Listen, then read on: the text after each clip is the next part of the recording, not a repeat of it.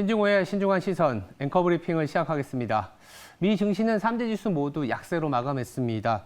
실적 시즌이 진행이 되는 동안 기업별로 성적이 좀 차별화되는 모습을 보이다 보니까 전체적인 시장의 탄력이 조금 둔화됐고요. 더불어서 이제 ECB, 유럽 중앙은행의 기준금리 인상이 있었지만 유로화가 약세를 보이면서 달러화가 강세를 보였습니다. 이로 인해서 시장이 다소 냉각된 모습을 보여줬는데요. 주요 지표를 보면서 얘기 좀 드려보도록 하겠습니다. 달러와 관련돼서는 아무래도 이 연준을 볼 수밖에 없습니다.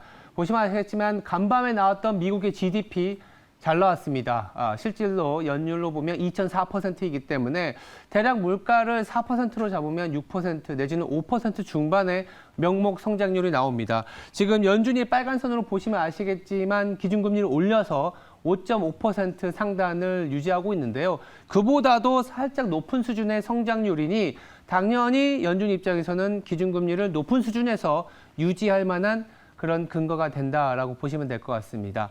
물론 시장에서도 알고 있긴 했었지만 GDP가 잘 나오다 보니까 올해 빠른 시일 내에 금리 인하할 가능성은 없을 것이다라는 게 시장의 얘기인 거고요. 만약에 이제 금리를 내리려면 어떻게 돼야 되느냐? 왼쪽에 있는 차트를 가만히 보시면 이 성장률이 기준금리보다 내려오는 구간에서 연준은 금리를 내립니다. 그렇다면 빠르면 올해 말이나 돼야 아니면 내년 초에 1분기쯤 가서 연준은 금리 내릴 수 있는 그런 상황이 되기 때문에 아마도 간밤에 달러화가 강해진 이유, 거기다가 금리가 다시 조금 위로 올라간 부분들은 이런 성장률이 좋았기 때문이지 않겠냐라는 생각이 들어서 말씀을 드렸습니다. 그렇다면 이제 두 번째는 우리 시장에 대한 얘기로 조금 더 집중해서 말씀드려보도록 하겠습니다. 최근에 이제 변동성이 좀 심해진 2차 전지와도 관련되어 있는 차트인데요. 참 어지러워 보이시지만 우리가 2000년 이후에 구간마다 주도주라고 할 수 있는 기업들의 평균적인 주가 차트를 제가 한번 그려봤습니다. 가장 높았던 수준의 어떤 주가 레벨을 100으로 잡고 그 이후의 모습을 그렸는데요. 잘 안 보이시겠지만 이쯤이 이제 평균 주가 흐름입니다. 평균적으로 한 60에서 70% 하락하고 나서 2년에서 3년 옆으로 횡보하는 차트가 나타납니다. 단기로 급등을 하게 되면 이렇게 뼈아픈 장기간의 하락 추세를 가져갈 수밖에 없는데요. 우리가 불과 1, 2년 전에 어떤 기업에 집중을 했었는지 기억을 하십니까? 바로 카카오입니다. 카카오라는 얘기만 나와도 주가가 급등하던 그런 시절 바로 1년 전, 1년 반 전이었습니다. 지금은 스치기만 해도 상한가 가는 그런 타이틀이 있죠. 아마도 제 생각에는 내년, 내후년에 상당히 힘들어질 수도 있는 구간이라고 저는 생각이 듭니다.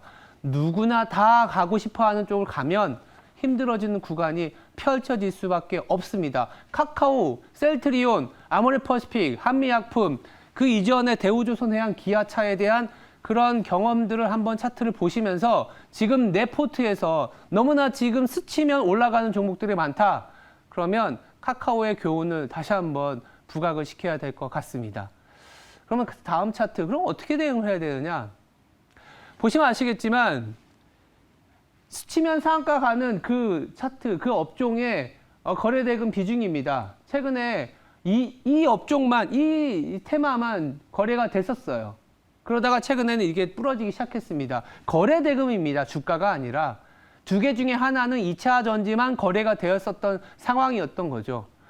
누구나 묻지도 않고 따지지도 않고 들어갔던 이 상황 지금 어떻게 됐습니까? 변동성이 다시 올라갈 수도 있습니다. 그런데 잘 팔고 나오지 못한다. 장기 투자하겠다.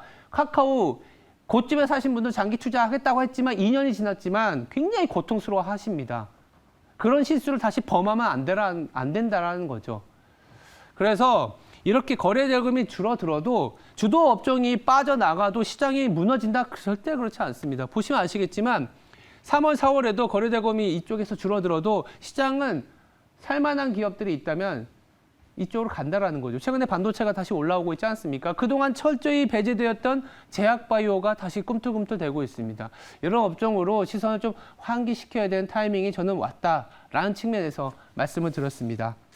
근데 오늘의 브리핑을 좀 정리해 보겠습니다. 연준 얘기는 사실은 다시 한번 얘기해 드렸던 거고요. 연말까지 아마 기준금리 인하 얘기 없을 것 같다. 국내로 좀 좁혀서 생각해 보면 언제나 화려한 종목은 있습니다. 그렇지만 영원하진 않습니다. 그 화려한 종목일 때, 가장 화려한 종목일 때 진입을 한다면 꽤 오랫동안 고통스러운 기간을 감내해야 된다. 그 화려한 종목이 시장에서 배제되더라도 시장은 또 언제 그렸냐는 듯 다른 업종을 선택하면서 가는 게 시장이다. 이렇게 정리해 드리겠습니다.